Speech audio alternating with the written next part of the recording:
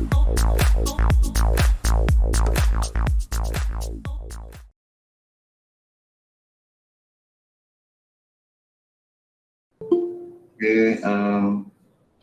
selamat pagi, salam sejahtera, salam sejahtera dan selamat pagi saya ucapkan kepada Tuan Pengetua Miss Kimi Ching, penceramah jemputan kita pada pagi ini, Encik Teh Kok Wai, penolong kanan, guru-guru kanan, guru-guru yang dikasihi sekalian. Okay. Terusnya, kita akan mulakan nadab pada pagi ini. Terusnya saya mempersilakan kaunselor kita, Encik Ngoi, memperkenalkan speaker pada pagi ini. Okey, dipersilakan Encik Ngoi memperkenalkan speaker pada pagi ini. Silakan. Okay, selamat pagi. Terima kasih Mr. Goh Peng Hing selaku penyelaras ladak sekolah. Jadi selamat pagi dan selamat sejahtera. Yang saya hormati Mr. Teh Kok Wai, tetamu jemputan kita pada pagi ini. Tuan Pengetua Cik Kimi Ching, semua penolong kanan, semua guru kanan, dan semua guru SMJK Nanghua yang dikasihi. Jadi terlebih dahulu, saya selaku Ketua Unit Bimbingan dan Kaunseling SMJK Nanghua ingin merakamkan jutaan terima kasih pada Mr. Teh Kok Wai, pensyarah Yuta kerana studi menerima jemputan sebagai penceramah pada pagi yang ceria ini. Untuk makluman semua guru, Mr. Teh Kok Wai ialah pensyarah Fakulti Sastra dan Sains Sosial, Jabatan Psikologi dan Kaunseling, Universiti Tunku Abdul Rahman Utah. Mr. Teh mempunyai kelulusan Bachelor of Social Science Psikologi Universiti Tunku Abdul Rahman Utah, dan juga Mr. Teh juga mempunyai kelulusan Master dalam Psikologi Klinikal Universiti Kebangsaan Malaysia. Jadi pada pagi yang ceria ini, kita amat bersyukur kerana Mr. Teh sang sudi meluangkan masa untuk sebagai penceramah bagi tajuk pengurusan stres. Jadi untuk makluman semua, dalam keadaan norma baru ini, kita sebagai guru menghadapi berbagai cabaran dan dugaan. Jadi dalam tempoh ini kita menghadapi banyak tekanan. Jadi saya berharap semua cikgu mengambil peluang pada pagi ini untuk mendengar ceramah Mr. Teh, dan pada pagi ini ceramah akan terbagi kepada dua bahagian.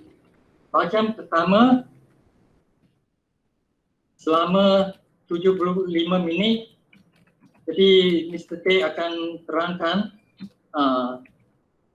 berkenaan dengan pengurusan stres, dan akhirnya sebelum tamat kita ada 15 minit untuk sesi soal jawab.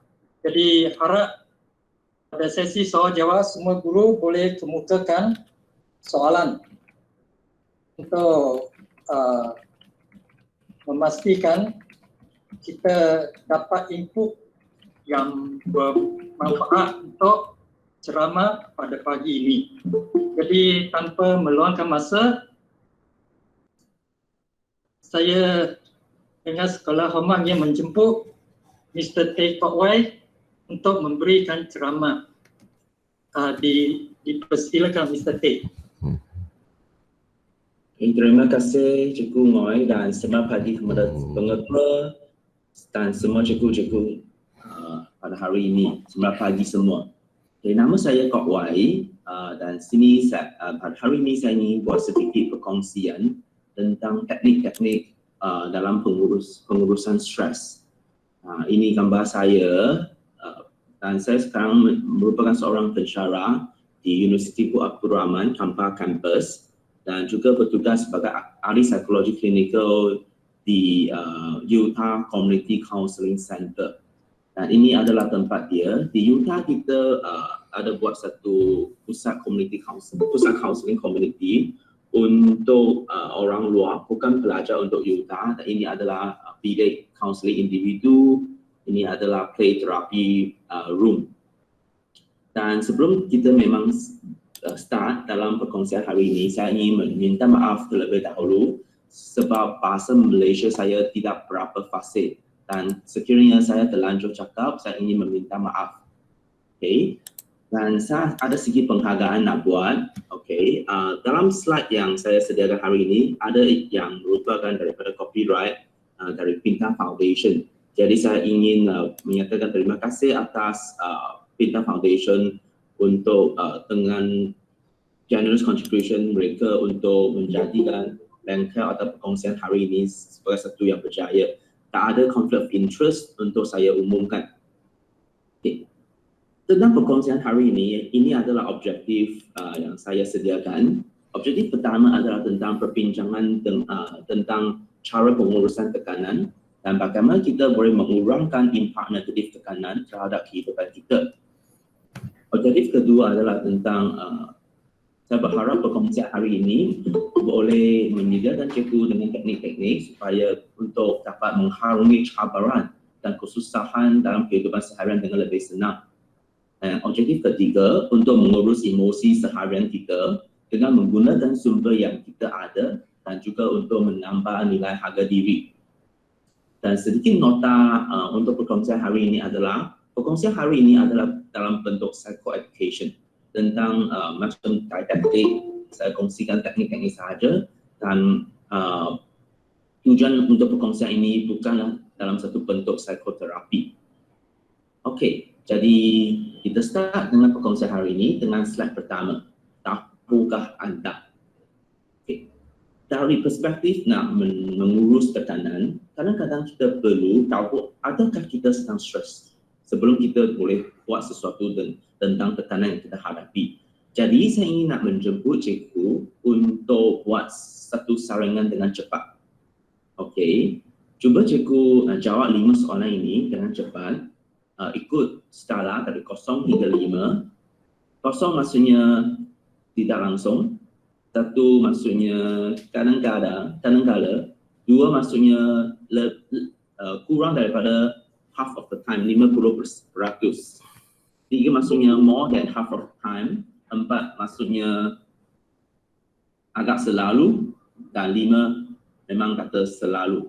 Okay. Itu cuba cikgu jawab soalan ini berdasarkan 2 minggu lepas termasuk hari ini. Okay. Item pertama adalah I feel cheerful and in good spirits. Saya berasa gembira dan bersemangat.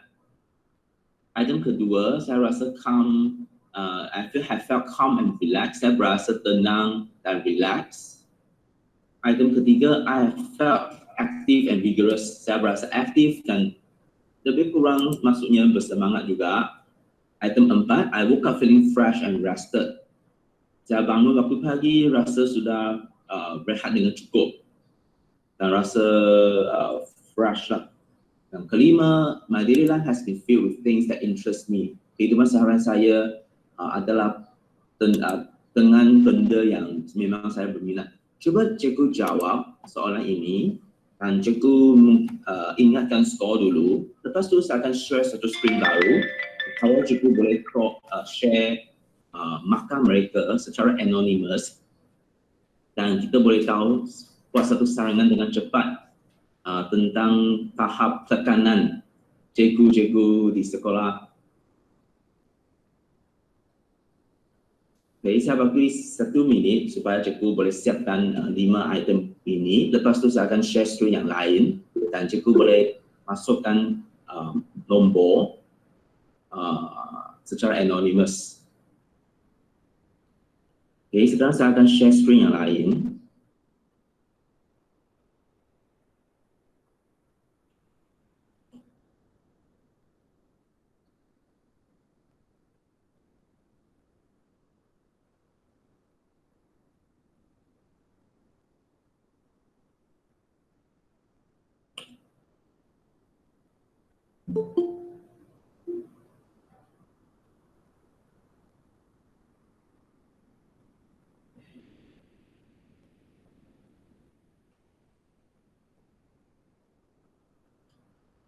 Okay. Kalau boleh, cikgu boleh pergi ke website, key in laman web, key in www.menti.com dan masukkan kod 4166-6780. Dan dalam tu cikgu boleh masukkan markah sendiri tentang saringan itu.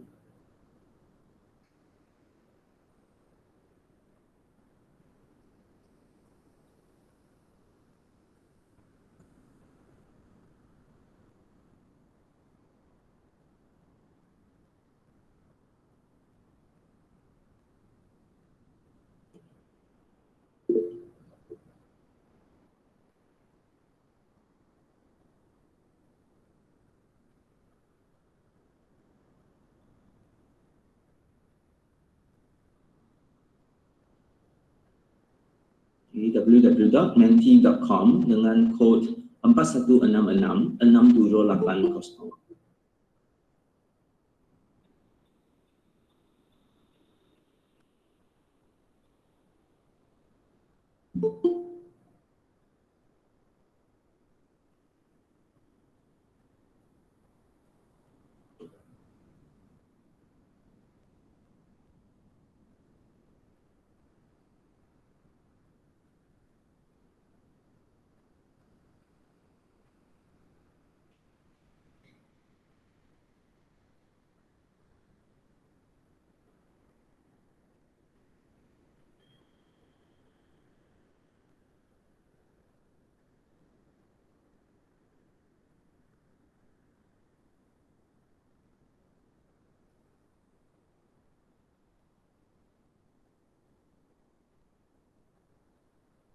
Okay. 20, 18, 10, 14, 13.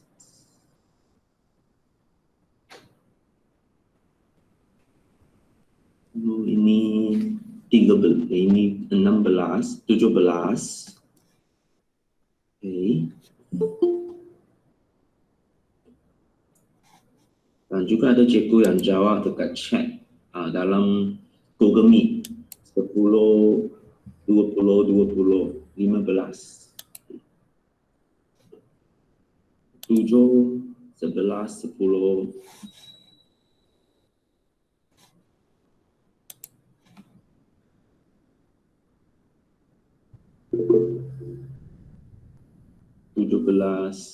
Okay.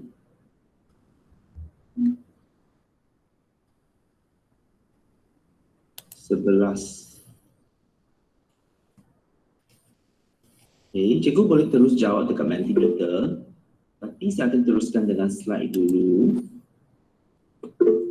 8, okay, N.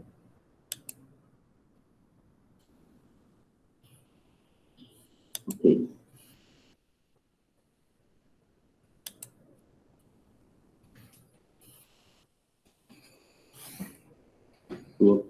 Okay. Ini adalah maksud tentang markah-markah yang cikgu kongsi tadi. Tapi sebelum kita bagi tahu, saya ingin berterima kasih dan tanya atas kejayaan dalam langkah pertama pengurusan tekanan. Okay, ini maksud untuk skor. Skor di bawah 13 merupakan simptom tekanan dan kadang-kadang berkaitan dengan kesehatan juga. Dan inilah masa terbaik untuk kita praktis cara pengurusan tekanan seperti bersenam, teknik relaksasi, mendapat sokongan sosial dan lain-lain lagi. bah kata pepatah kalau melentur bulu biarlah dari rebungnya, dan saya percaya itu peribahasa ini juga boleh dikaitkan dengan situasi ini.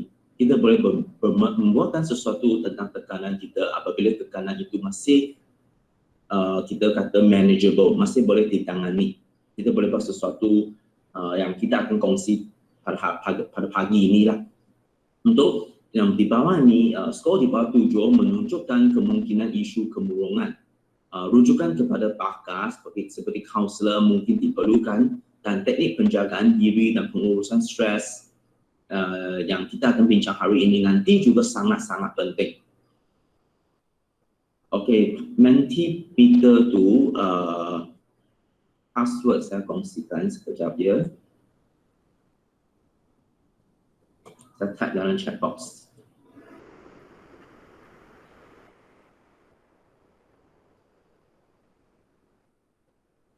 Okey, jom kita start dengan tekanan. Dan kalau kita nampak lelaki dalam gambar ini memang dengan banyak keluhan dan rasa susah hati tentang tekanan yang berlaku. Okey. Tetapi adakah cikgu memang satu occupation, satu jawatan yang sangat stressful? Jom kita baca daripada statistik. Okay. Ini adalah statistik-statistik yang daripada jurnal-jurnal yang diterbitkan di Malaysia sepanjang 10 tahun dulu hingga sekarang.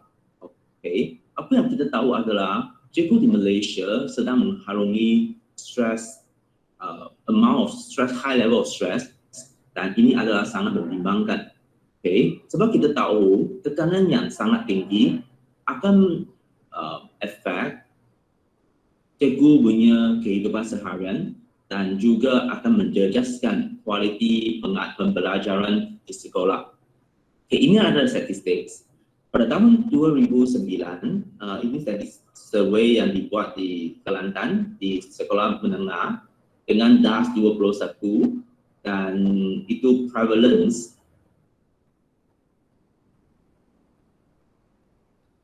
adalah bagaimana stres itu common dalam kalangan cikgu. Mendapati bahawa 34% cikgu hidup dengan stres. Pada 2010, dekat Klang Valley sana, mereka buat satu instrumen guna teacher stress inventory, dan mereka mendapati bahawa 71% cikgu mengalami stres yang ketara. Pada 2012, okay, ada satu team of researcher, mereka buat saringan dengan cikgu, tapi kali ini bukan secara cikgu report sendiri sahaja. Kadang-kadang juga ada soalan sama ada cikgu sengaja reportkan stres mereka tinggi. Okay. Dan kali ini mereka tidak buat sedemikian, mereka bukan buat penilaian subjektif, tapi mereka buat penilaian secara objektif. Apa yang berlaku pada badan kita apabila kita rasa stressful adalah badan kita akan ada banyak hormon yang terjejas akibat stres. Dan salah satu hormon yang kita boleh detect melalui air liur adalah kita panggil salivary cortisol. Cortisol ini adalah hormon stres, dan apabila kita dalam stres, air liur kita sebenarnya ada hormon tersebut. Dan apa researcher yang buat dalam kajian ini adalah mereka kumpulkan sampel air liur daripada cikgu-cikgu, dan dengan laporan objektif ini, mereka mendapati bahawa sebanyak 20%, sekurang-kurangnya 20% cikgu hidup dengan stres yang ketara. Okay. Kalau kita tengok statistik 2009, 2010, 2012 itu sudah hampir 10 tahun lepas. Dan merujuk kepada kajian terkini, 2019 agak lebih kurang 2 tahun lepas sebelum COVID-19 berlaku. Satu saringan DAS dekat sekolah menengah di Klang Valley juga mendapati bahawa 32.3% cikgu hidup dengan stres yang ketara.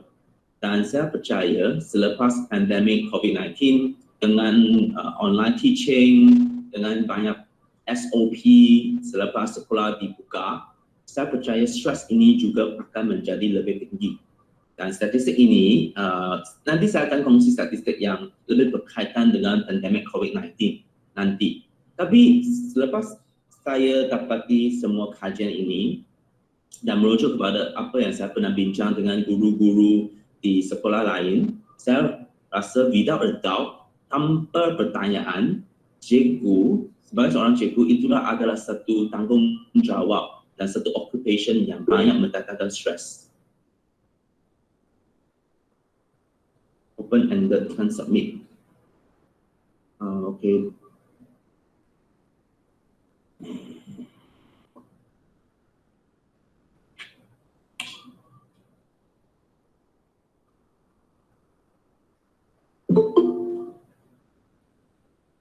Okey, dan sekarang mungkin saya ingin nak menjemput cikgu untuk kongsikan pengalaman stres cikgu jika ada. Dekat Mentimeter juga. Mentimeter itu semuanya benda dalam anonymous dan cikgu boleh kongsi apa-apa sahaja. Dekat Mentimeter sana. Okey, saya present screen Mentimeter dulu. Mungkin cikgu boleh bincang pengalaman stres yang cikgu sedang hadapi.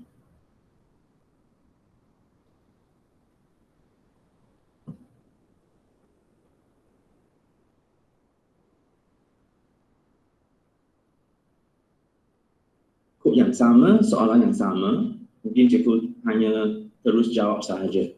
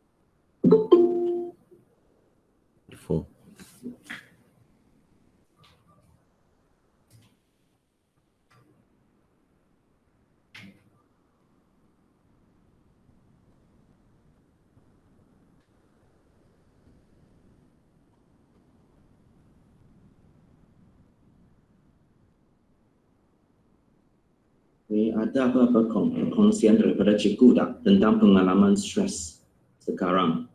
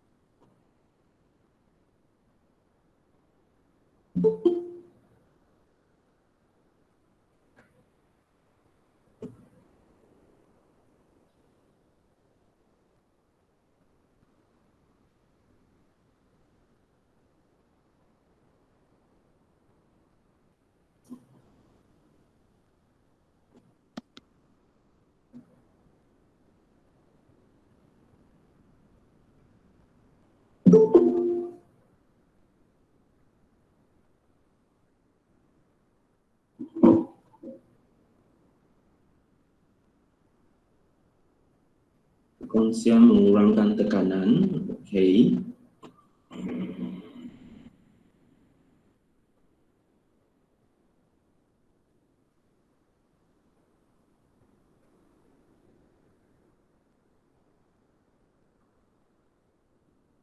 Kalau cikgu nak unmute dan kongsikan pengalaman tekanan juga boleh.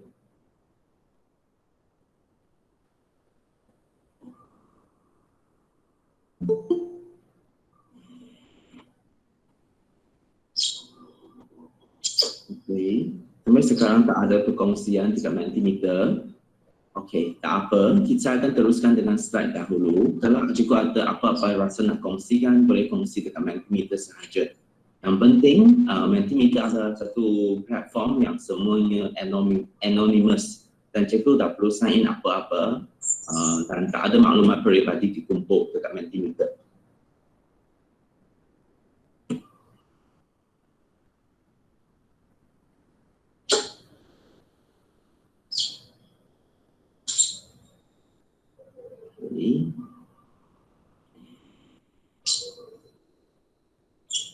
Sekarang saya start present tentang stress. Apakah itu stress? Okay.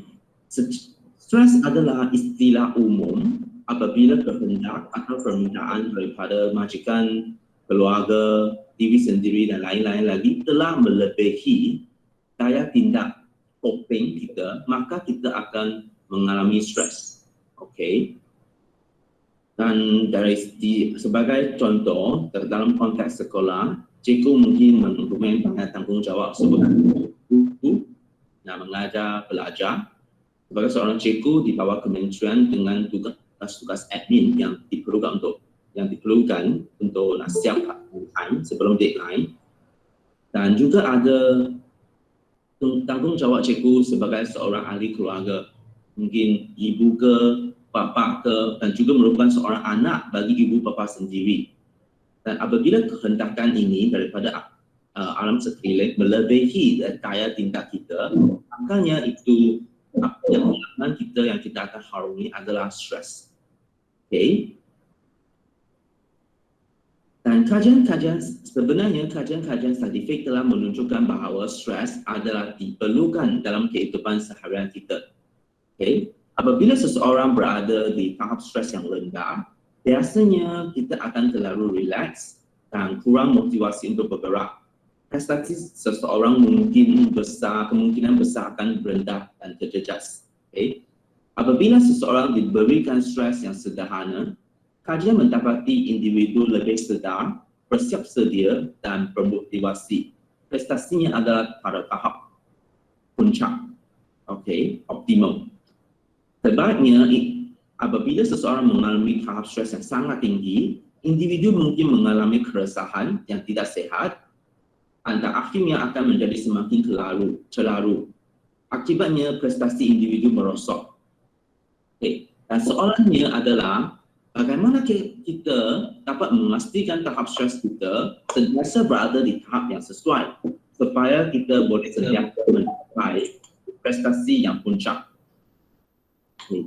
Dan cara pertama adalah tentang kita faham apakah itu stres dan kita mengamalkan teknik-teknik pengurusan stres setiap hari, teknik yang senang setiap hari. Kita start dengan satu video ini dulu, bagaimana stres membunuh. Okay. Mungkin cikgu-cikgu perlu bagi tahu sama ada audio ini boleh didengar. Saya play dulu.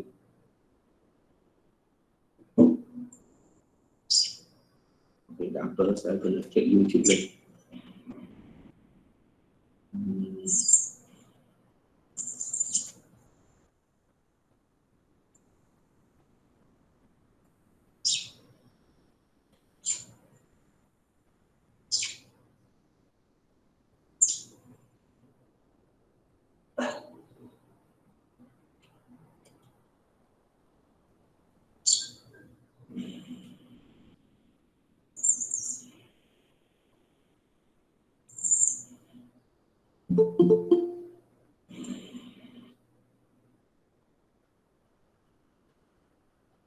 Ini video dia. Frog is a cold-blooded animal, and humans are warm-blooded, so our body burns energy or perspires to maintain 98.6 degrees. The cold-blooded frog's body temperature goes up and down with the temperature of its surroundings.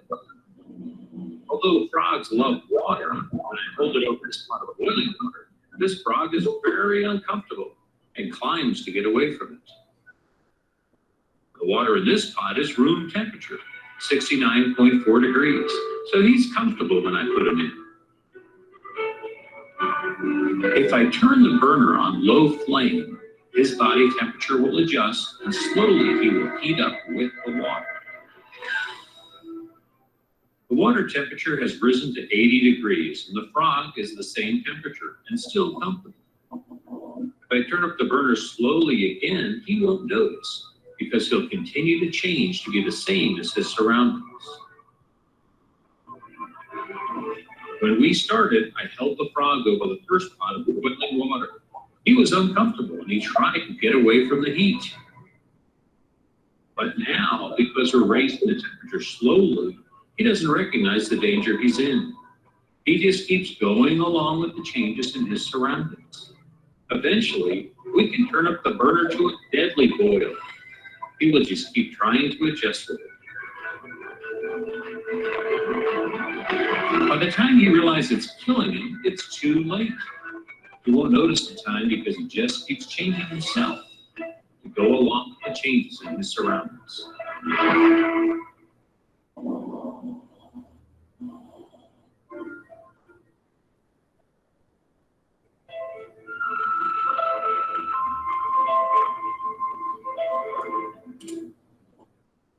Okay.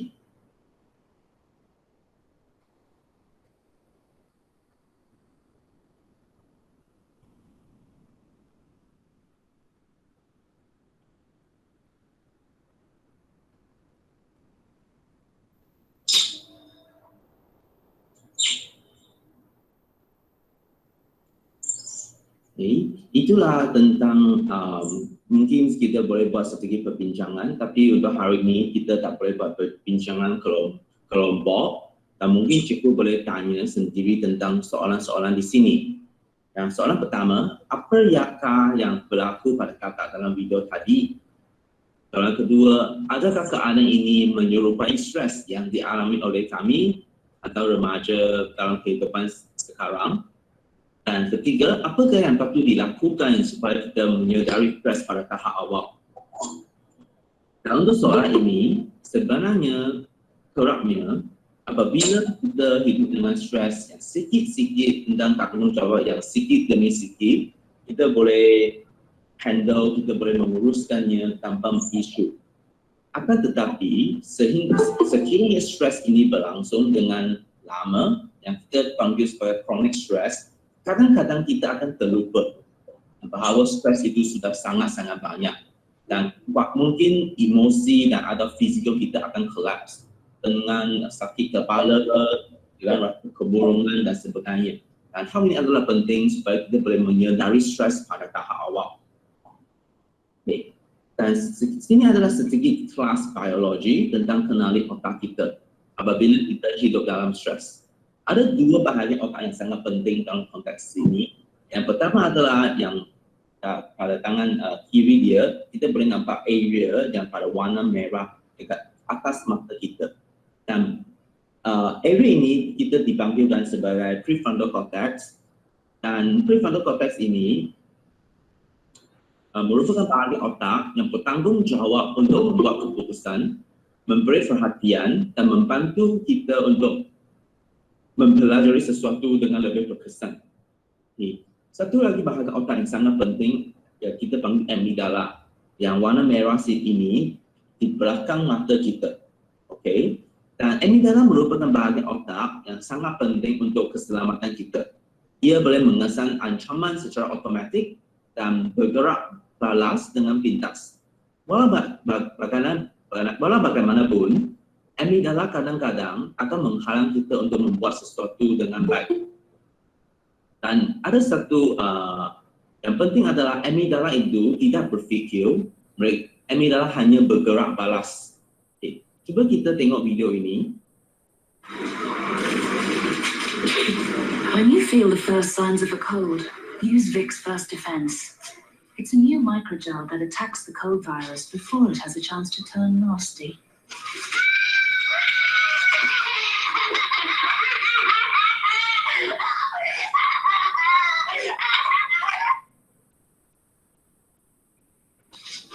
New Vicks First Defense. Attack is the best form of defense. Amygdala ini sebenarnya tidak berfikir, itu amygdala hanya bertindak balas. Jadi pada pandangan cikgu, apakah yang berlaku dalam tindak balas amygdala tadi? apabila budak nak merajuk, apa yang ibu buat? 3 daripada tindak balas amigdala hanya datang dalam 3 option. Yang pertama adalah lawan, fight. Yang kedua, lari, flight. Yang ketiga adalah membantu, freeze. Okay. Jadi ini adalah limitation online punya perbincangan sebab saya tak boleh dapatkan reaksi live daripada cikgu. Tapi saya hanya tunjukkan soal jawapan lah. Jawapan adalah lawan. Okay, ibu lawan atas reaksi amigdala. Okay, seterusnya kita nampak video ini. Okay, codec unavailable. Sekejap ya. Okay.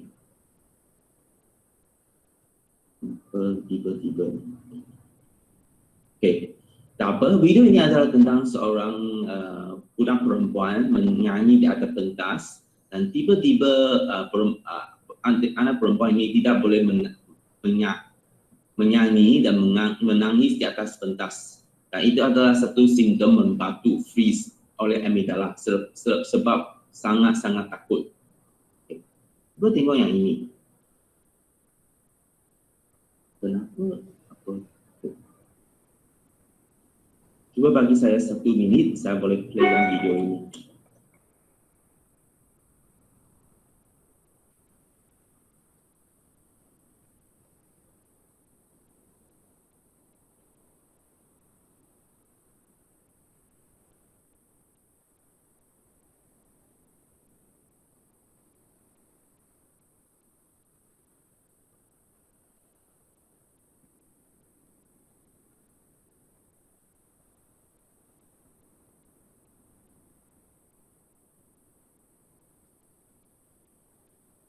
Mungkin sementara saya menunggu, saya pergi ke Mentimeter tadi.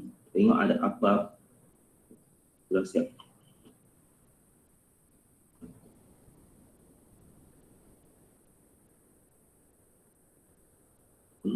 Okay.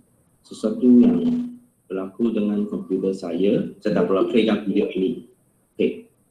Apa yang berlaku di video ini adalah budak itu sedang makan makanan, sedang makan. Lepas tu ayam-ayam ini ternampak makanan di tangan budak tu dan ingin nak mendapatkan makanan itu. Lepas tu ayam itu mengejar budak itu dan budak itu berlari tanpa fikir.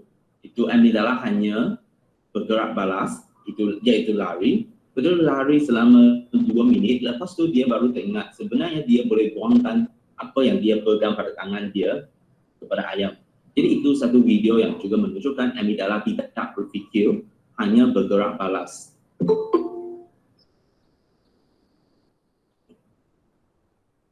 Okay, itu lari. Dan kita ada satu term dari segi psikologi, adalah kita panggil amigdala hijack. Amigdala hijack maksudnya apabila amigdala kita diaktifkan, beberapa bahagian otak kita dirampas olehnya dan gagal berfungsi dengan baik. Terutamanya prefrontal cortex kita. Itu area otak kita yang saya bincangkan tadi. Akibatnya individu tidak dapat berfikir dengan baik, membuat keputusan dengan baik, malah seringkali dikawal oleh emosi atau perasaan. Okay. Oleh itu adalah sangat penting bagi kita sentiasa menyelia tindak balas amigdala supaya ia tidak merampas fungsi prefrontal cortex yang sangat penting. Dan apa yang kita boleh buat untuk mengawal reaksi amigdala adalah kita buat teknik. Kita tahu simptom-simptom stres. Sebagai kalau simptom stres kita bagaikan dia sebagai seekor harimau yang ganas, kita cuba fahami simptom-simptom stres, fahami kita mempunyai perasaan empati dengan kita diri sendiri dan kita accept, menerima, okay, ada banyak kerja sekarang yang kita kena habiskan hari ini dan itu adalah normal bagi saya mengalami stres. Kita tidak menafikan stres yang kita ada, itulah langkah pertama yang kita boleh tame down aktiviti amigdala kita dan membenarkan prefrontal cortex kita yang banyak berkesan dalam membuat perancangan dan sebagainya untuk berfungsi dengan baik. Okay. Dan di sini adalah simptom-simptom dengan stres dari segi emosi. Tekanan boleh mendatangkan emosi yang negatif, termasuknya marah, sedih atau murung, perasaan kecewa, perasaan takut, anxious, dan juga bimbang, perasaan guilt, serba salah dan shame, dan juga perasaan jealous. Dan sebenarnya selain daripada impak negatif dari segi emosi, tekanan juga mendatangkan impak-impak dari segi fikiran kita, badan kita, dan juga tingkah laku kita. Apa yang saya baca dalam Mentimeter sekarang tentangnya, ada cikgu yang kongsi apabila dalam simptom stres, rasa ada benda yang tercetik dekat leher, sakit kepala, kelihatan kabur.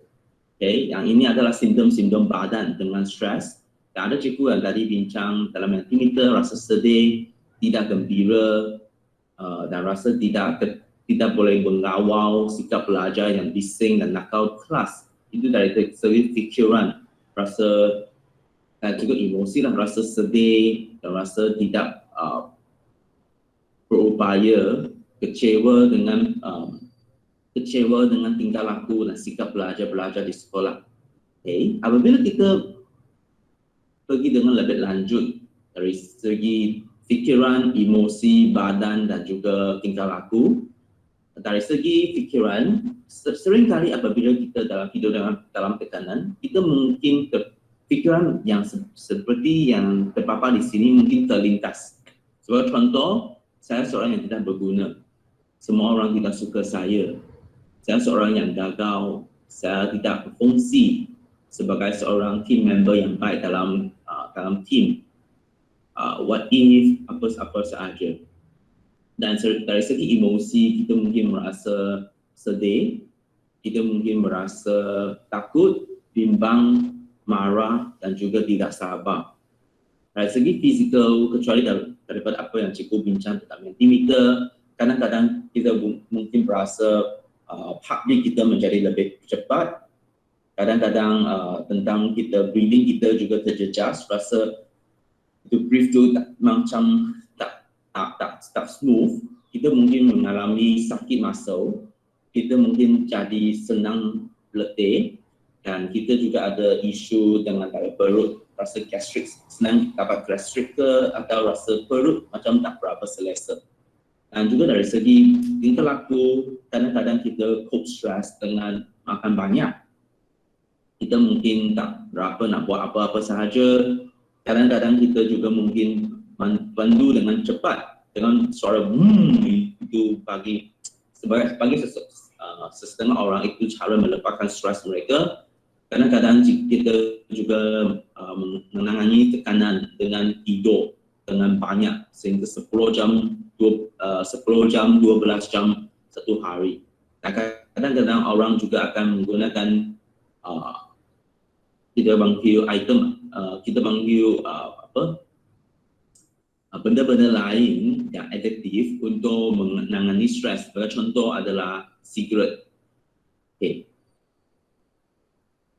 Dan dari apa yang kita bincang tadi, sumber tekanan cikgu boleh datang daripada pelbagai pihak, termasuknya ibu bapa pelajar, bos dari segi pengetua atau dari segi PPD atau kementerian, murid dan juga keluarga, dan juga tentang kesihatan badan sendiri. Dan kadang-kadang saya juga bincangkan ini dalam bengkel atau perkongsian pengurusan stres adalah SAD.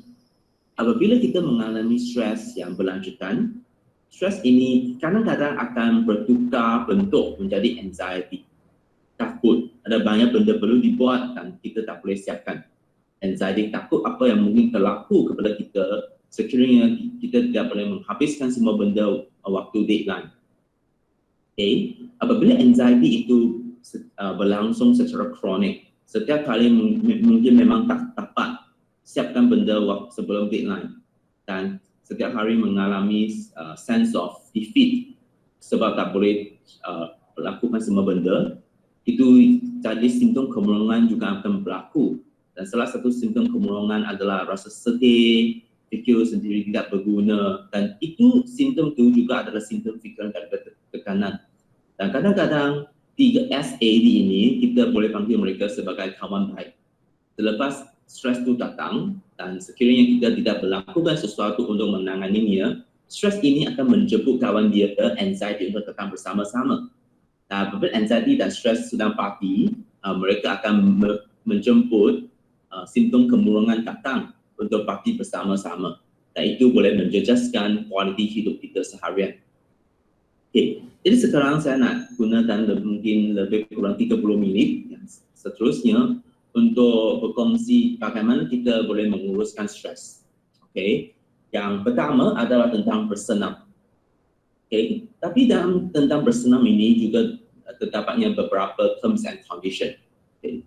Bagi cikgu-cikgu yang biasanya suka bersenam, okay, bersenam itu memang satu teknik yang efektif untuk mengurangkan stres, menguruskan stres. Akan tetapi, walaupun cadangan ini sentiasa dikongsikan untuk mengurangkan stres, tetapi bagi cikgu yang tidak suka bersenam, dalam masa 10 tahun lepas memang tak suka bersenam, fikir senam pun sudah rasa letih, dan pergi jogging ke polo-polo itu semua sesuatu yang cikgu tak suka. Jadi mungkin bersenam tidak sesuatu untuk cikgu. Sebab ada kajian menunjukkan kalau kita panggil seseorang yang tidak suka bersenam, pergi bersenam untuk mengurangkan stres, sebenarnya pergi bersenam, proses bersenam itu mendatangkan stres yang lebih banyak kepada orang itu sebab mereka tak suka bersenam. Okay.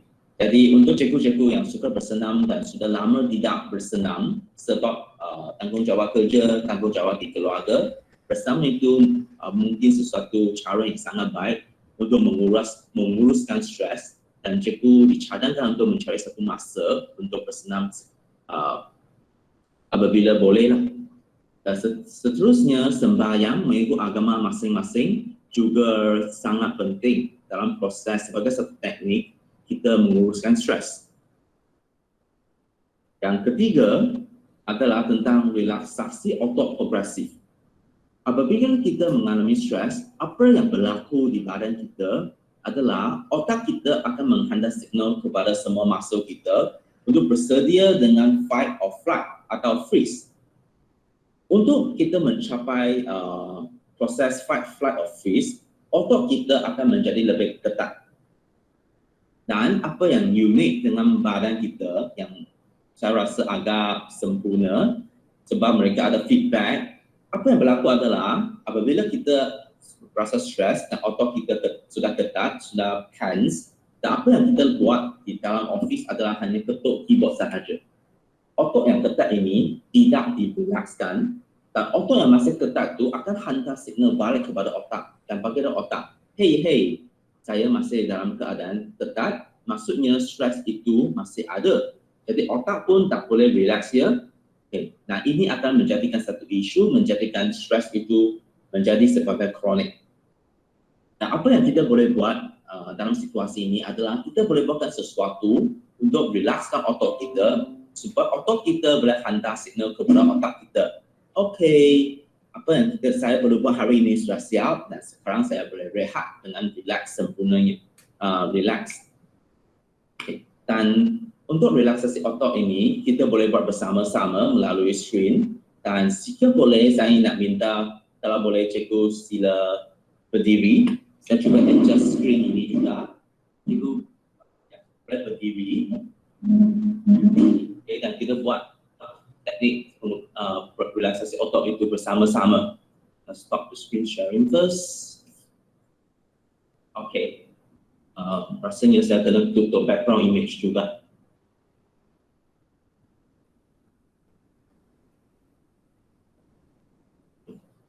Okay. Cuba cikgu berdiri dan kita buatkan teknik ini bersama-sama. Okay. Yang step pertama adalah tentang tangan kita buat bersama-sama. Cuba bayangkan kita sedang nak perah jus orange, perah jus apple, apa-apa buah-buahan saja kecuali durian. Okay, kita buat macam ini, kita perah bergerak dan kita cuba squeeze sehingga otot kita rasa ketat. Tapi tak sampai tahap menggigil atau rasa sakit. Kita cuba squeeze 10 saat. 1, 2, 3, 4, 5, 6, 7, 8, 9, 10. Relax.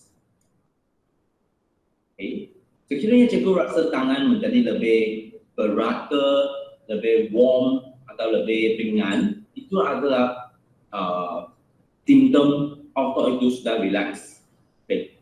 Kalau cikgu ada apa-apa soalan, cikgu boleh tanya soalan nanti lah. Kita start dengan tangan dulu, itu step pertama. Step kedua tentang relaksasi otot adalah tarik bahagian otot di sini. Okay. Apa yang kita perlu buat adalah menyediakan posisi memandu. Lepas tu kita hanya tarik ke belakang. Macam ini. Okay, kita buat bersama-sama.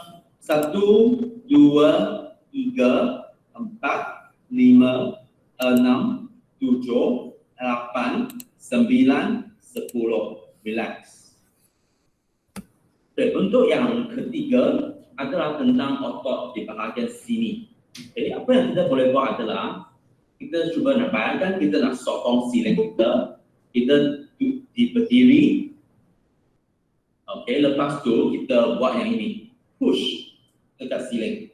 1, 2, 3, 4, 5, 6, 7, 8, 9, 10. Relax. Okay, yang keempat dan juga mungkin sangat berguna untuk cikgu yang mengalami keketatan otot dari bahu, pada bahagian leher dan bahu, dia macam ini. Kepala datang ke bawah, bahu naik ke atas. Macam ini, macam kura-kura. Saya tak tahu buat. Okey. Okey. Bahu naik, kepala ke bawah. Bagi cikgu yang mungkin terluka bahagian ini pada zaman dulu, mungkin cikgu boleh skip aktiviti ini. Kita buat bersama-sama sekali. Bahu naik, kepala ke bawah.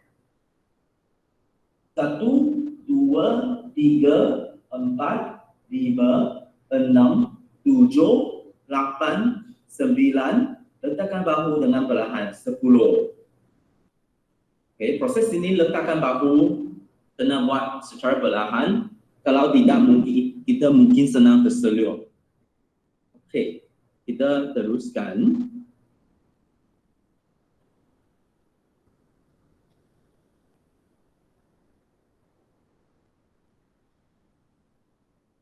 Okey.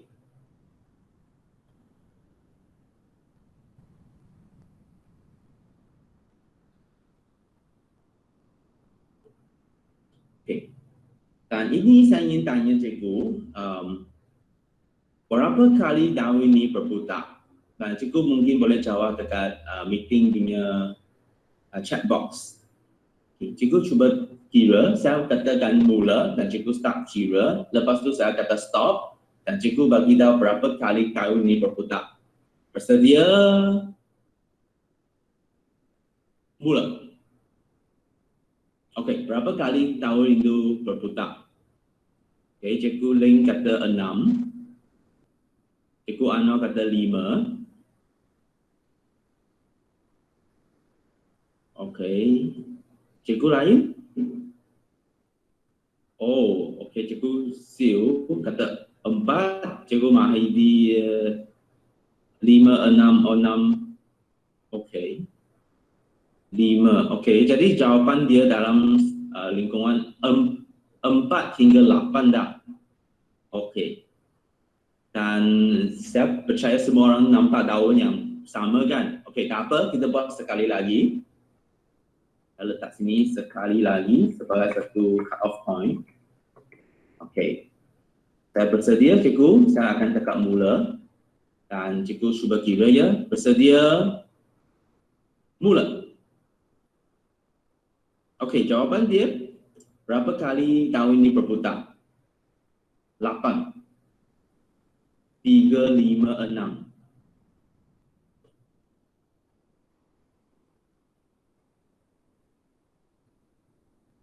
4, 5, 6, 6, 6, 7, 8. Okey. Dan rasanya cikgu ada jawapan yang berbeza.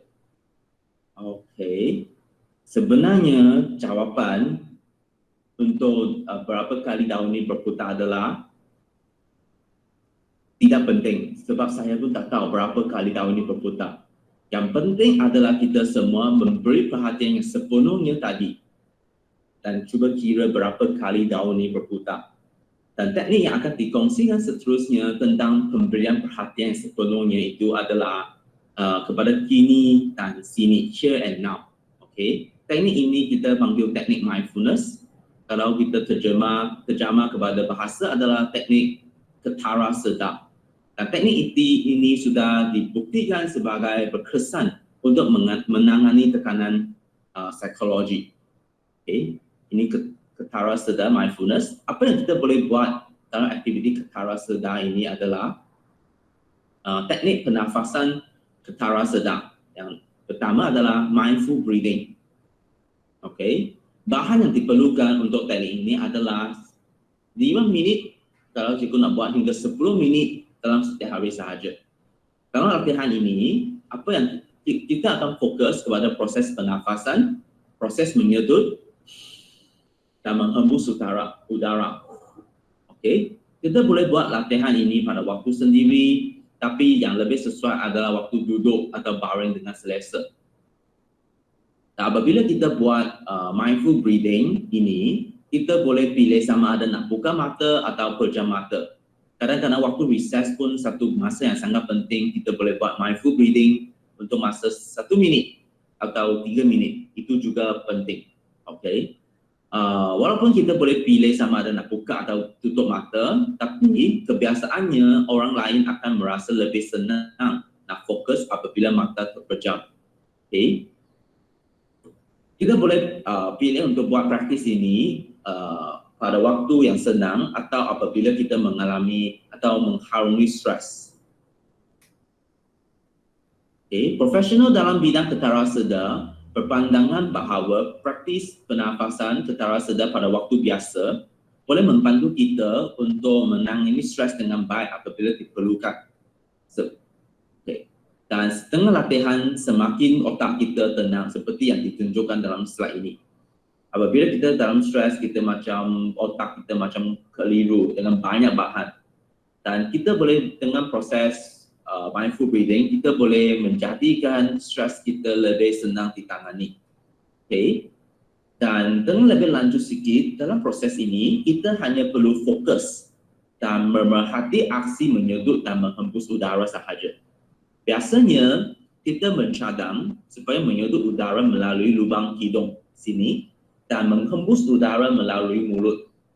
Okay. Cuba fokus kepada sensasi udara kepada kulit lubang hidung dan bibir kita. Apabila kita sedut, cuba kita fokus attention kita pada kulit lubang telinga, lubang hidung, lubang telinga pula. Okay. Lubang hidung, dan kita boleh feel macam mana air, macam mana udara melepasi kulit lubang hidung kita. Okey. Dan apabila kita hembus, kita cuba fokus dekat bibir kita dan kita feel macam mana udara keluar daripada mulut kita. Apabila kita cuba fokus, tidak hairan pemikiran kita akan menyimbang dalam proses fokus ini. Hal ini adalah biasa dan apa yang kita boleh buat adalah notis kejadian itu berlaku. Karena sebab otak kita memang satu organ nak berfikir, kita mungkin terfikir benda lain dan kita perlu notiskan, oh saya terfikir apa yang saya nak buat nanti, oh saya terfikir apa yang saya nak makan nanti. Saya notiskan saya terfikir benda tu dan lepas tu saya alihkan attention saya balik kepada sensasi lubang hidung dan juga mulut. Okay, kita bawa fokus kita balik kepada proses pernafasan. Okay. Dan sekarang saya ingin nak menjemput cikgu-cikgu nak buat apa yang kita panggil mindful breathing bersama-sama selama 1 minit. Okay. Kita nak tutup mata pun, biasanya saya akan kata tutup mata. Kita buat mindful breathing. Dan satu yang penting saya terlepas nak cakap order, kita nak sedut dengan perlahan dan hembus dengan perlahan juga. Okey, kalau kita buat mindful breathing ini dalam bentuk ini, okey, itu tidak membantu dan hanya akan menyebabkan cikgu rasa pening dan menjadikan tekanan itu lebih serius. Okey, jadi kita buat perlahan, hembus dan sedut dengan perlahan selama 1 minit. Okay, kita buat bersama-sama. Kita start. Saya akan start satu timer 1 minit.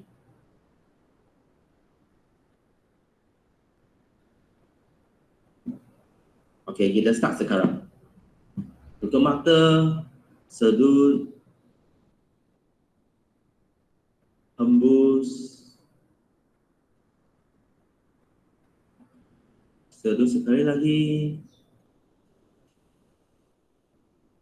hembus,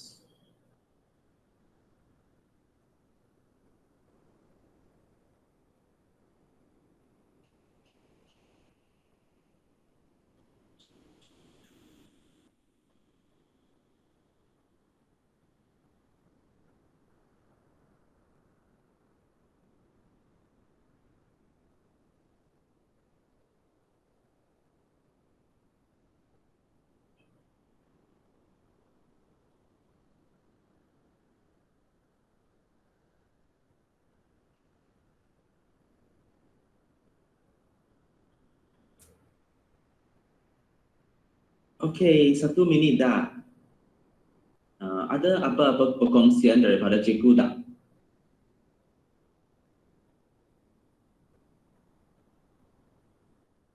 Ada beri perhatian, okey, terkena.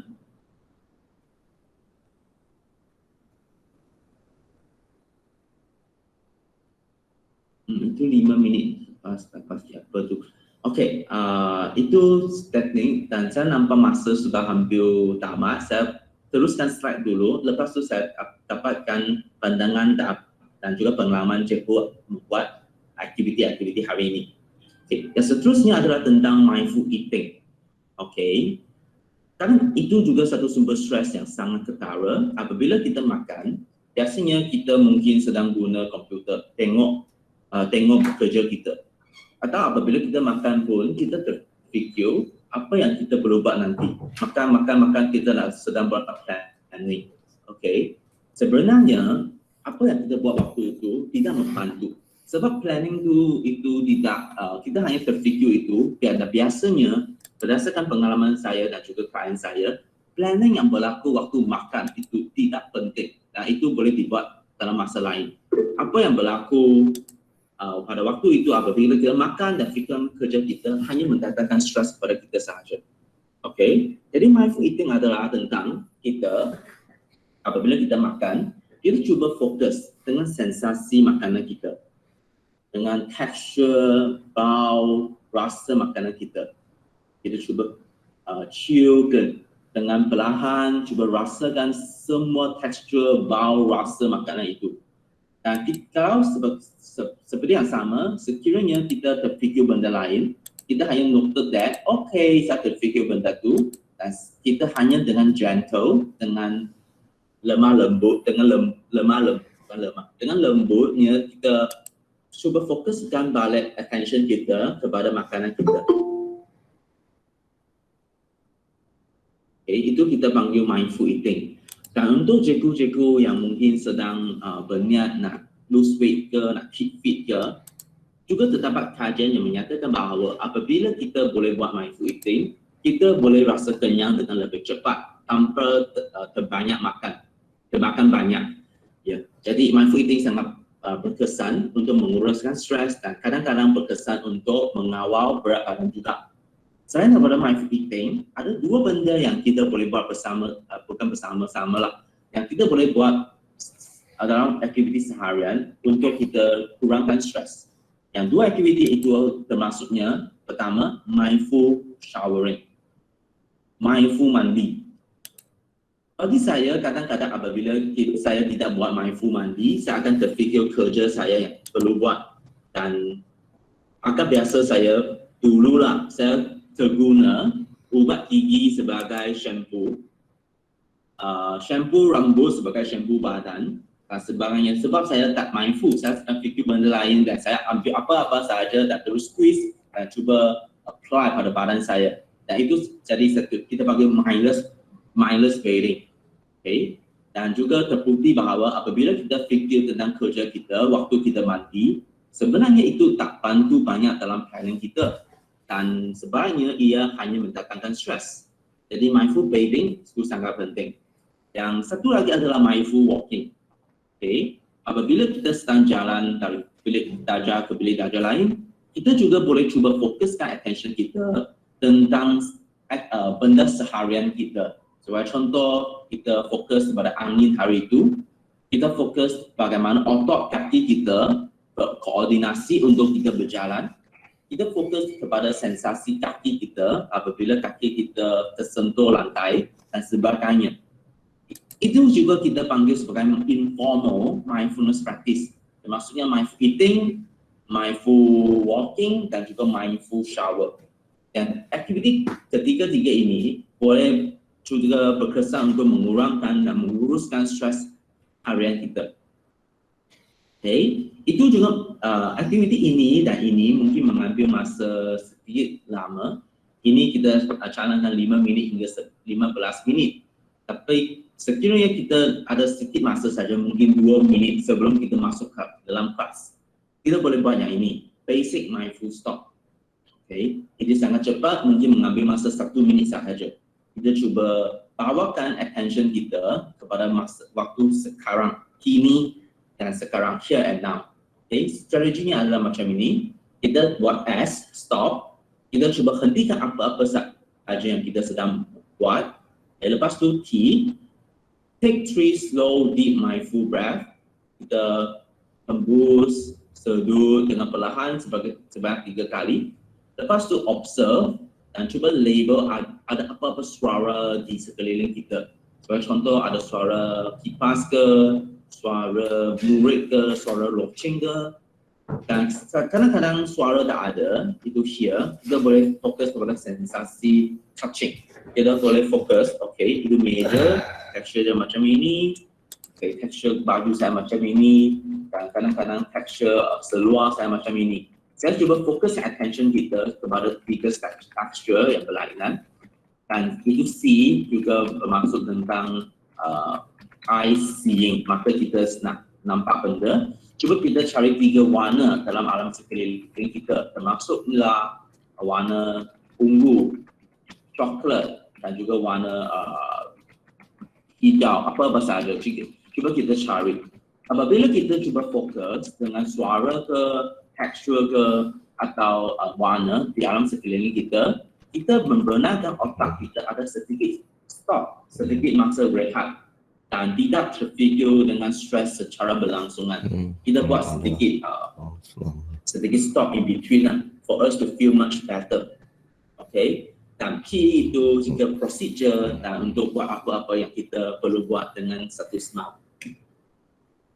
Okay, yang tentang itu pemikiran saya terus. Okay, apabila kita rasa stres itu kita kata akan menjejaskan perasaan kita, emosi kita, tingkah laku kita, badan kita dan juga pemikiran kita. Itu adalah kita apabila kita stres kita mungkin terjejas dengan negative automatic thought, pemikiran otomatik yang dalam berbentuk negatif. Dan ini adalah cara macam mana kita boleh menilai pemikiran. Yang soalan pertama kita boleh tanya, adakah ini benar? Kedua, bagaimana kita tahu ianya 100% benar? Dan soalan ketiga yang kita boleh tanyakan sendiri, jika saya kekalkan pemikiran sebegini, apakah kesannya? Dan keempat, jika saya tidak lagi mempunyai pemikiran sebegini, apa akan berlaku kepada saya? Okay. Untuk banyak klien saya, selepas kita cuba menganalisa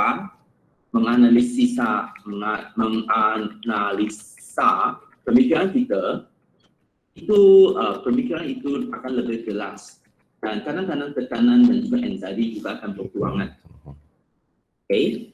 Dan seterusnya yang penting tentang pengurusan stres juga mengamalkan pemakanan yang sehat. Ini adalah konsep suku-suku separuh yang dicadangkan oleh Kementerian Kesihatan negara kita. Dan kita boleh nampak 1 kuarter tentang sumber protein, 1 kuarter sumber karbohidrat, dan separuh 2 kuarter tentang buah-buahan dan juga sayur-sayuran. Okay. Dan untuk teknik pengurusan stres hari ini, kita sudah bincang beberapa teknik termasuklah bersenam, sembahyang, relaksasi otot, mindful breathing, mindful eating, showering dan walking, dan juga mindful stop, dan juga cara menilai pemikiran kita. Dan saya akan guna 5 minit lagi untuk bincangkan teknik-teknik pengurusan stres yang sangat penting dalam waktu pandemik COVID-19 ini. Okey. Dan pandemik COVID-19 ini adalah saya banyak baca berita dengan headline yang kata COVID-19 spark dalam sekolah, anxiety level ada naik sebab COVID-19, nombor COVID-19 meningkat sekali lagi. Okey, dan dekat statistik di Malaysia pada tahun 2020 itu adalah kajian tentang pelajar di universiti, lebih kurang 10% living dengan anxiety yang ketara. Pada tahun 2021 juga ada banyak studi yang menyatakan bahawa ada healthcare workers dan juga ada orang hidup dekat pandang, mereka hidup dengan anxiety, stress dan juga depresi symptoms. Walaupun sehingga hari ini tak ada kajian diterbitkan tentang stres cikgu waktu pandemik. Tapi sekiranya kita lihat statistik yang diterbitkan di negara lain, dan negara itu juga mengharungi pandemik COVID-19 dan mereka sudah tutupkan sekolah, semua cikgu pergi buat online teaching and learning. Jadi saya rasa statistik ini mungkin sangat berkaitan dengan cikgu-cikgu di Malaysia juga. Dan dalam kajian ini, itu menunjukkan sebanyak 50% guru dengan tekanan yang ketara. Walaupun statistik dulu kata 20%, 40%, dan saya percaya pandemik COVID-19 mendatangkan lebih banyak stres kepada cikgu. Dan sini ada beberapa teknik yang penting tentang COVID-19. Yang pertama adalah tentang berita. Okay. Berita di negara kita adalah tentang vaksinasi COVID-19 dan juga kes-kes yang meningkat beberapa hari ini tentang COVID-19. Dan kadang-kadang membaca berita mendatangkan simptom anxiety sebab kita tak pasti apa yang berlaku.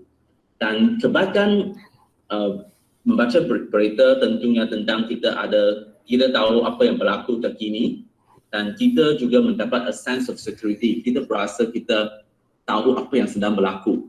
Tetapi keburukannya termasuk kadang-kadang berita pun tak tahu jawapan. Adakah vaksinasi itu selamat? Adakah kes-kes COVID-19 akan terus meningkat atau akan terus menurun? Itu hanya mendatangkan lebih banyak uncertainty, ambiguity yang tak pasti, unsur tidak pasti kepada kehidupan kita.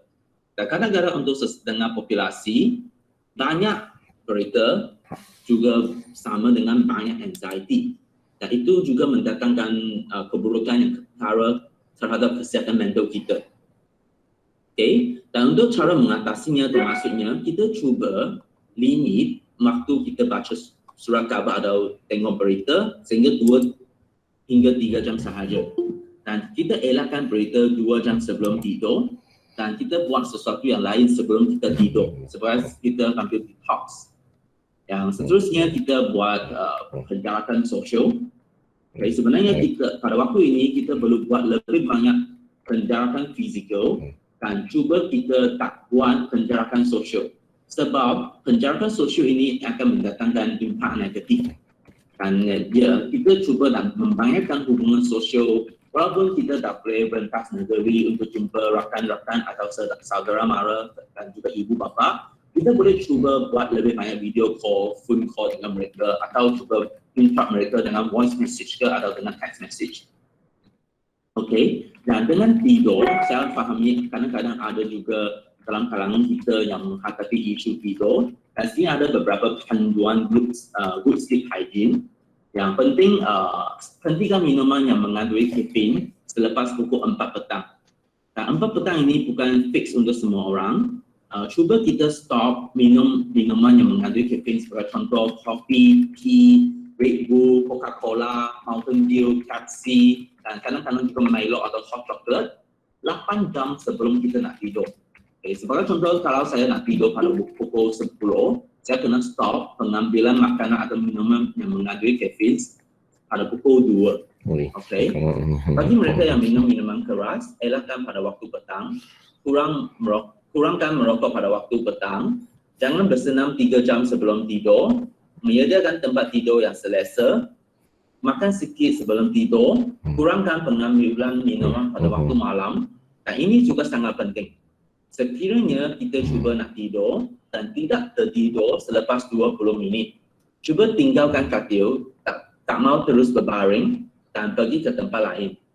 Sesuatu yang relax, sebagai contoh dengar lagu ke baca buku, kurangkan penggunaan skrin dan cuba tidur lagi selepas 20 minit.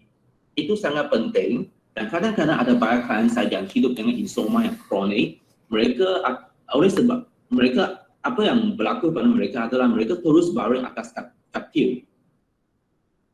Walaupun sudah berjam-jam tak bertidur. Dan lebih lama mereka baring atas katil, lebih risau dan resah mereka tentang kenapa mereka tak dapat tidur. Dan saya tahu apabila kita rasa resah, kita memang tak dapat tidur. Okay. Jadi sini ada beberapa teknik penilaian fikiran lagi. Mungkin saya hanya boleh tunjukkan slide sahaja. Dan akhirnya nanti saya akan hantar soft copy slide ini kepada Cikgu Gok. Okay, supaya Cikgu boleh download lah. Ada slide-slide lain. Dan sekiranya kita rasa tekanan itu sudah melampau banyak dan menjejaskan aktiviti seharian kita boleh jumpa pakar. Dan pakar di Malaysia, konteks Malaysia termasuklah pakar psikiatri, pegawai psikologi klinikal, dan juga untuk tekanan kaunselor juga sangat jumpa kaunselor juga sangat bermanfaat. Dan sekarang di Malaysia dekat klinik kesihatan juga terdapatnya kaunselor yang bertugas dekat sana sebab kementerian juga tahu bahawa dalam situasi pandemik COVID-19 banyak orang yang tertekan dengan kecabaran yang berlaku. Jadi mereka sudah mengatur kaunselor yang berdaftar dan ada lisen untuk bertugas di klinik kesihatan untuk menyediakan membincangkan teknik pengurusan stres dengan lebih lanjut dengan orang ramai. Okay, sampai sini saja perkongsian saya tentang pengurusan tekanan hari ini. Kalau saya tersilap cakap, saya ingin meminta maaf dan terima kasih atas attention dan juga masa yang cikgu-cikgu sudi meluangkan dengan saya. Terima kasih. Ini adalah email saya tataykwkw@utah.edu.my dan ini adalah nombor WhatsApp saya. Dan cikgu ada apa-apa soalan selepas perkongsian hari ini, cikgu boleh tanya saya sahaja melalui email atau nombor WhatsApp. Terima kasih.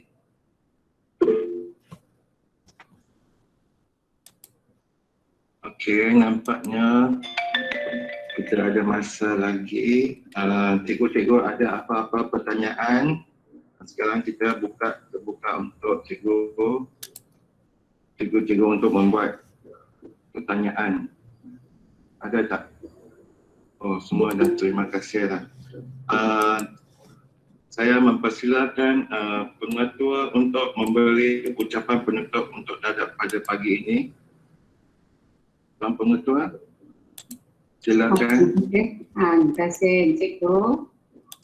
Selamat pagi saya ucapkan kepada Encik Teh Kok Wai, PKPK, CK dan guru-guru sekalian. Di sini saya nak ucapkan terima kasih kepada penceramah hari ini Encik Teh atas perkongsian tadi yang saya rasa dapat memberikan manfaat kepada semua guru tentang cara-cara menangani stres. Okay. Mungkin sesi hari ini tak mencukupi sebab kita tak dapat bersemuka. Kalau ada peluang lagi kita akan menjemput Encik Teh untuk sekali lagi bersama kita.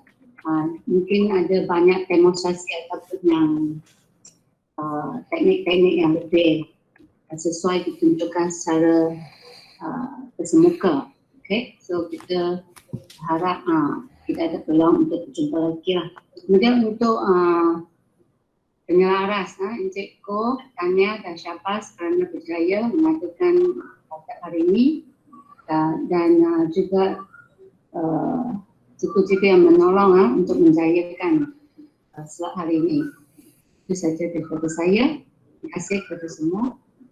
Kita jumpa lagi. Okey, untuk terakhir boleh tak kita tangkap gambar, kita buka kamera masing-masing, saya akan buat snap print screen sebagai dokumentasian ladak. Okey, cikgu-cikgu boleh buka. Okey, Mr. boleh tutup presenting tak? Ya, boleh. Okey. Okey, cikgu-cikgu. Okey, Mr. J, Mr. Pon, kita tangkap gambar. Okey. Terima kasih. Nampak semua muka dah. Mr. Lai Yoting, Mr. Pon Lai. Okey. Satu, saya tekan print screen. Sekejap. Okey, Mr. Pauling pun tangkap gambar di bilik kedua. Tekan print screen. Okey. Sekejap.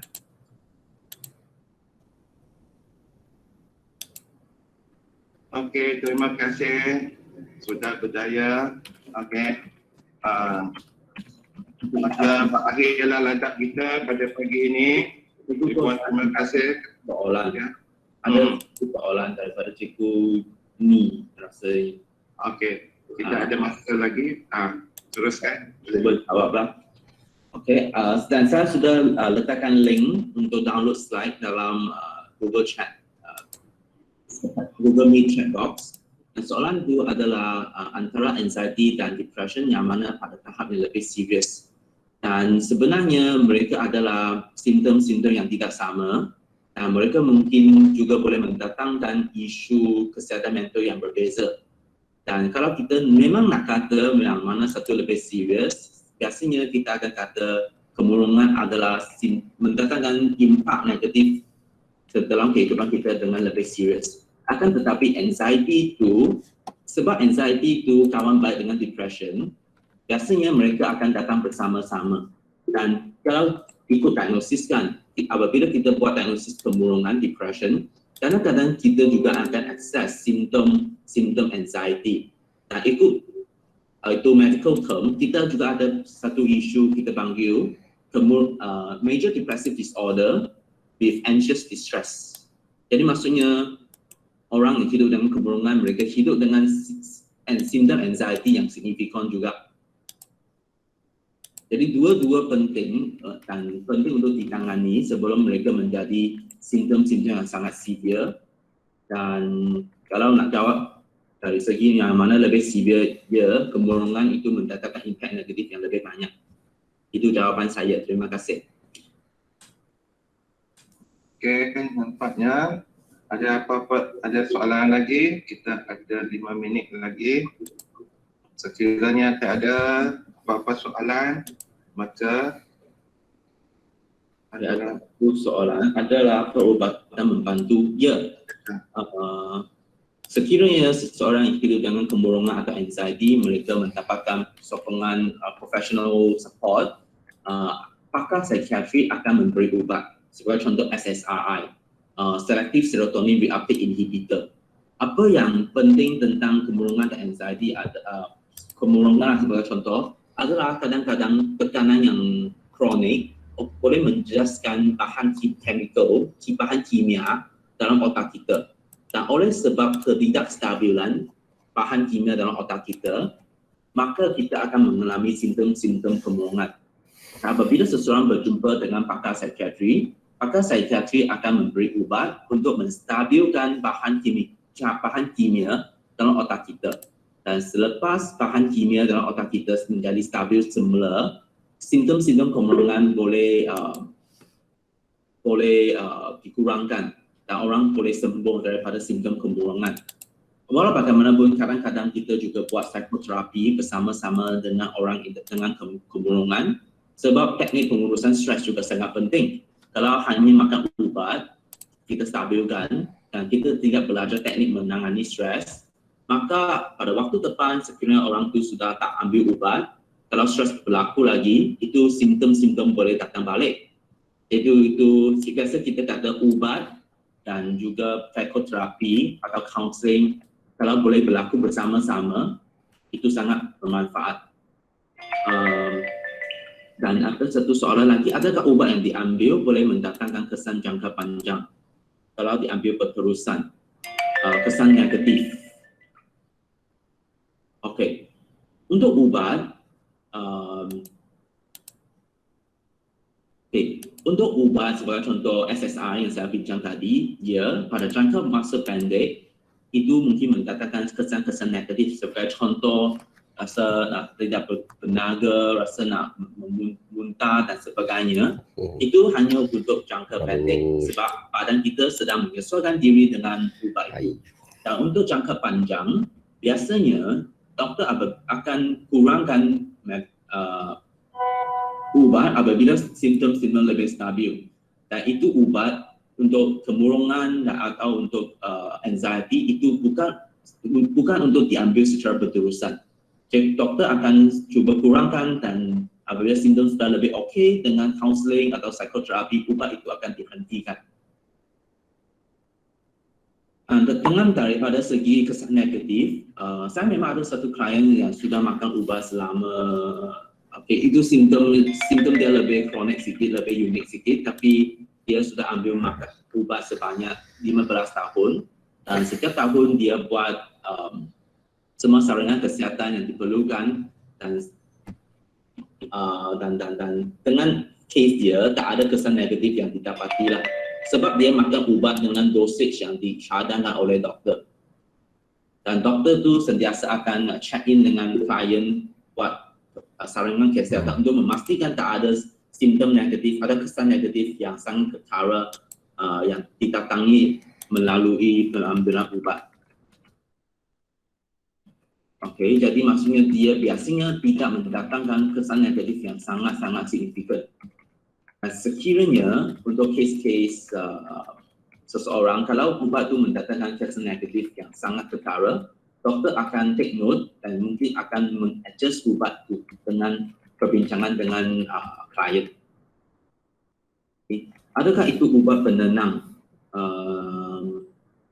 Itu saya tak pasti sebab itu berdasarkan kes-kes individu dan apa pakar psikiatri yang bagi. Dan tetapi kadang-kadang pakar psikiatri akan memberi ubat penenang. Kita panggil benzodiazepine untuk mengurangkan simptom anxiety kita. Okay, itu jawapan saya. Okay, saya tak nampak ada soalan baru. Okay, dan terima kasih sekali lagi. Okay, ada soalan lagi. Sekiranya pengambilan ubat dihentikan, adakah penyakit kemurungan akan jangkit balik? Mungkin saya jawab dalam segi penyakit biologi sebab banyak simptom-simptom isu kesihatan mental juga melibatkan sistem biologi kita. Kestabilan bahan kimia dan sebagainya. Soal ini mungkin saya boleh jawab macam ini. Sekiranya hari ini saya ada demam, batuk dan sebagainya dan saya sudah ambil antibiotik panel daripada doktor dan selepas saya stop ambil ubat, saya sudah sembuh dan itu tidak maksudnya saya akan ada immune dengan demam waktu kelak kan. Mungkin kadang-kadang itu penyakit demam akan datang balik dan sama juga boleh apply tentang penyakit kemurungan. Sekiranya ambil ubat, kita rasa lebih okey dan kita dengan cadangan doktor kita stop, saya tak boleh kata penyakit kemurungan tidak akan jangkit balik sebab itu sama macam demam. Dan apa yang saya juga tahu, apabila seseorang yang hidup dengan simptom-simptom tekanan, anxiety dan kemurungan, mereka juga hadir sesi psikoterapi atau sesi counseling, mereka belajar skill untuk menangani tekanan dan itu skill itu boleh terus digunakan pada waktu kelak Dan apabila di waktu kelak ada banyak stres datang lagi, klien itu sudah ada teknik untuk menangani stres dengan berkesan. Jadi itu kemungkinan penyakit kemudian akan jangkit balik juga akan dikurangkan. Dan kita memang ada cara-cara dari segi psikoterapi yang kita reka bentuk, yang kita design just to make sure that the depressive symptoms mengurangkan kemungkinan simptom kemurungan datang balik. Memang kita ada skill-skill yang penting yang didesain untuk mencapai tujuan sedemikian. Nah, ada soalan terakhir, jika terlalu banyak kerja belum diselesaikan sampai satu tahap kita stop, tak mau teruskan, adakah tanda stres? Ya, itu adalah tanda stres sebab terlalu banyak kerja kan. Itu tanda stres. Dan teknik-teknik yang saya kongsikan tadi, saya berharap mungkin dapat membantu dalam situasi. Kadang-kadang kita pergi buat satu mindful walk dekat garden ke, kita buat satu mindful shower, kita boleh rasa relax sedikit dan kita mungkin boleh buat kerja atau kita mungkin masa yang lebih panjang sedikit untuk relax. Ya. Okey, terima kasih. Okey, terima kasih Mr. T. Okey, kita berakhir di sini. Okey, cikgu-cikgu bolehlah berehat setengah jam. Nanti pukul 10 kita ada curriculum. Okey, ambil masa untuk berehat. Terima kasih. Kita tamat di sini ya. Okey, sekian, terima kasih. Bye-bye. Bye-bye.